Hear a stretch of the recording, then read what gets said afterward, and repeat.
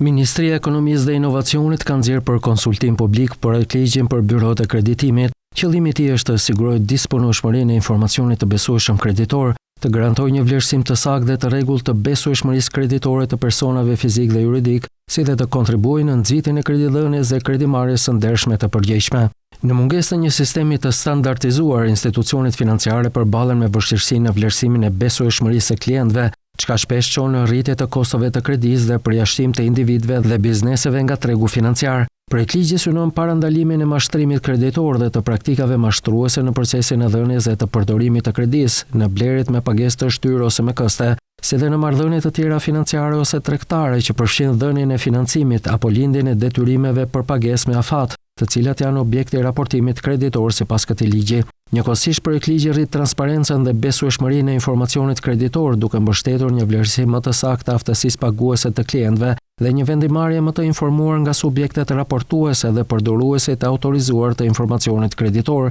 Gjithashtu ai garanton mbrojtjen e të drejtave dhe interesave të subjekteve të të dhënave, duke siguruar trajtimin e ligjshëm të drejtë, të saktë dhe transparent të informacionit kreditor që u përket atyre. Aktualisht në Shqipëri nuk ekziston një kuadër i posaçëm ligjor që rregullon krijimin, licencimin dhe funksionimin e byrove të kreditit si subjekte private. Banka e Shqipërisë administron regjistrin e kredive, në të cilin bankat dhe subjektet e tjera financiare raportojnë informacion kreditor në zbatim të detyrimeve të përcaktuara nga legjislacioni dhe aktet nënligjore në fuqi, për qëllime që lidhen me ushtrimin e funksioneve të saj mbikëqyrëse dhe rregullatore ndaj subjekteve të licencuara dhe të mbikëqyrura prej saj.